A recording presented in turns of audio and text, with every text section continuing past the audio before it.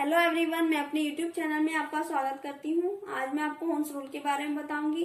दोस्तों, पहले हमने अफबाउ प्रिंसिपल में क्या पढ़ा था कि सबसे पहले इलेक्ट्रॉन ग्राउंड स्टेट से कम एनर्जी लेवल वाले इलेक्ट्रॉन ऑर्बिटल को फिल करता है, फिर हाई एनर्जी लेवल वाले ऑर्बिटल को फिल करता है, फिर उससे हाई एनर्जी लेवल वाले ऑर्बिटल को फिल करता है।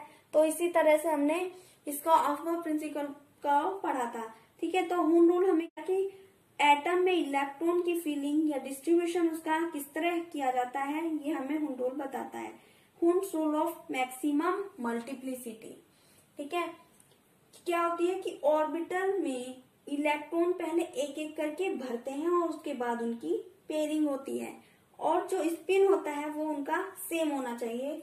जैसे स्पिन क्या है, स्पिन होता है एक क्लॉकवाइज और एक एंटी क्लॉकवाइज।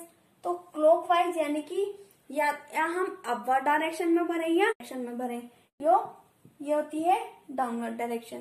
ठीक है, देखिए अब होते हैं एस, पी, डी और एफ। एस में कितने इलेक्ट्रॉन होते हैं? 2 होते हैं, पी में 6 होते हैं, डी में 10 होते हैं और एफ में 14 होते हैं। ये आपको पता है। अब एस में एक ऑर्बिटल होता है, पी में 3 ऑर्बिटल होते हैं और डी में 5 ऑर्बिटल होते हैं।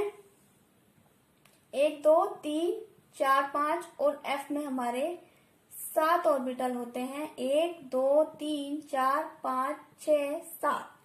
ठीक है, तो देखेंगे अब पहले इलेक्ट्रॉन पहले क्लॉकवाइज फिर एक एंटी क्लॉकवाइज, क्योंकि 2 इलेक्ट्रॉन होते हैं एस में।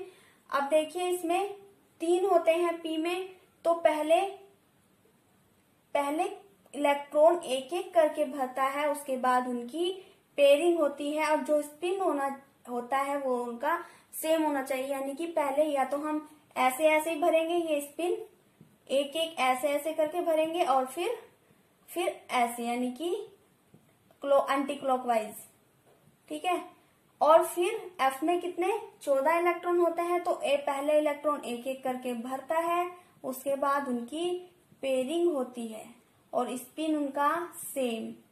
ठीक है, तो यदि हम ऐसे भर रहे हैं नीचे, यानी कि एंटी क्लॉकवाइज भर रहे हैं, तो एंटी क्लॉकवाइज भरेंगे पहले, फिर क्लॉकवाइज भरेंगे। यदि हम क्लॉकवाइज भर रहे हैं तो फिर उसके बाद एंटी क्लॉकवाइज हम इलेक्ट्रॉन्स को भरेंगे ऑर्बिटल्स के अंदर। अब देखिएगा होन्स रूल ऑफ मल्टीपल मल्टीप्लिसिटी क्या है कि इक्वल एनर्जी वाले ऑर्बिटल्स में इलेक्ट्रॉन की पेयरिंग तब होती है जब उन ऑर्बिटल में पहले एक एक इलेक्ट्रॉन भर चुका हो। यानी कि पहले ये जैसे 3 हैं ऑर्बिटल्स, तो ये इक्वल एनर्जी वाले ऑर्बिटल हैं, ये भी इक्वल एनर्जी वाले ऑर्बिटल हैं और ये भी। तो इनकी मतलब इलेक्ट्रॉन की पेयरिंग तब होती है जब ऑर्बिटल में पहले एक एक इलेक्ट्रॉन, पहले हमने एक एक भरा फिर उसके बाद में उनकी पेयरिंग करी। तो इक्वल एनर्जी वाले ऑर्बिटल्स में पहले एक एक करके इलेक्ट्रॉन भर जाते हैं, उसके बाद में उनकी पेयरिंग होती है। ठीक है, तो जैसे एग्जाम्पल है नाइट्रोजन का एटॉमिक नंबर 7 होता है इसका, तो देखते हैं 1s2 2s2 2p3। तो 1s में कितने 1, 2s में 1 और इसमें 3। ठीक है, तो एस में कितने एक क्लॉकवाइज एक एंटी क्लॉकवाइज, एक क्लॉकवाइज एक एंटी क्लॉकवाइज। अब पी में 3 है, तो पहले एक एक करके इलेक्ट्रॉन भरेंगे, यानी कि 1 2 3। अगर 4 होते या जैसे कि एटॉमिक नंबर होता है 8, तो इसमें देखते हैं 1s2 2s2 2p4।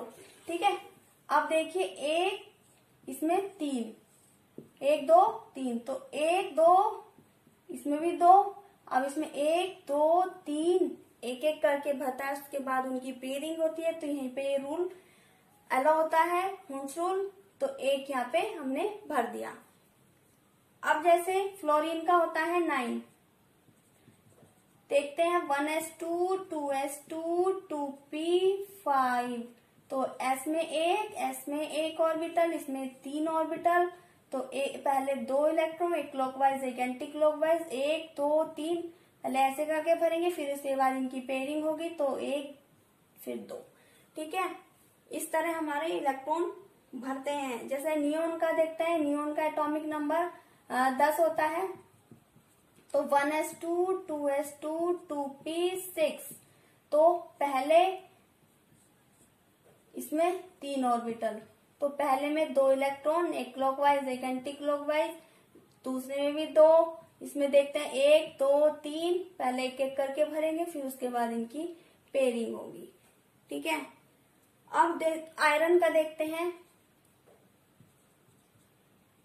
Atomic number होता है 26, तो 1s2 2s2 2p6 3s2 3p6 4s2 3d6। ठीक है, तो 1s में 1, 2s में 1, 2p में 3 ऑर्बिटल, 3s में 1, 3p में 3 ऑर्बिटल, 4s में 1 और 1 2 3 4 5। देखिए s में 2 2 1 2 3 4 5 6 1 2 1 2 3 4 5 6 इलेक्ट्रॉन, 4s में 2। ठीक है, और इसमें 1 2 3 4 5 6। ठीक है, तो इस तरह हमारे इलेक्ट्रॉन भरेंगे। तो यही हमारा रूल बताता है कि पहले एक एक करके इलेक्ट्रॉन भरता है, उसके बाद में उनकी पेयरिंग होती है और स्पिन उनका सेम होना चाहिए। ठीक है, या तो क्लॉकवाइज या एंटी क्लॉकवाइज। तो अगर वीडियो पसंद आई हो तो लाइक जरूर करिएगा। Thank you.